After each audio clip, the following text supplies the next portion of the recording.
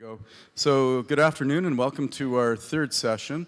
My name is Ross Upshur and I'm a professor at the School of Public Health, Dalla School of Public Health at the University of Toronto. And it's my great pleasure and privilege to be the chair of this afternoon's session on adaptive platforms. I don't have any slides to explain adaptive platforms, but if I did have a slide, it would actually consist of one picture, and that picture would be of the Reverend Thomas Bayes. And the reason I think we're here talking about innovative trial designs is actually the ascendance and the emergence of Bayesian analysis as a viable alternative to standard frequentist approaches in clinical trials. And we say to yourself, well, what has that got to do with ethics? And I would say it has a lot and everything to do with ethics. If you look at the history of probability, for example, if you look at Jacob Bernoulli's book on the art of conjecture, he actually thought that probability was a way of talking about the language of morals. And Blaise Pascal's work in probability theory was to establish the fairness of gambling systems.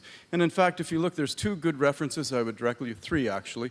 One, Stephen Stigler's History of Statistics, and two books by a Canadian, Ian Hacking, one on the emergence of probability and the other of the taming of chance, which talks about the evolution of probabilistic thinking in our culture. So what we're here with is an exciting time, and if we talk about RCTs as the gold standard, maybe these kind of new adaptive platforms are the Bitcoin of study design, because we're really in a very important time in science where we've got all sorts of new possibilities, precision science, and one of the papers that was handed out for pre-reading from the New England Journal talked about basket trials, umbrella trials, as well as adaptive platforms. So we're in a very different changed situation where we have far more extensive methodological tools at our disposal. So much so that I don't think it makes sense to even talk about gold standards anymore. And one thing is, you know, we went away from the gold standard in economics in the 70s. So I think we have actually a variety of different tools to work with, all of which have different merits, and all of which I think are worth considering. So the point I want to make in my introductory comments is that ethics and statistics and trial designs go hand in glove. And my own research is in that interface between sort of epistemology and ethics, what we know, how we know it, how credible is that inference that we can support to do things that actually have fairly dramatic consequences for human lives at times. So it's appropriate that we have people from the world of statistics and people from the world of ethics together, even though they often don't come together.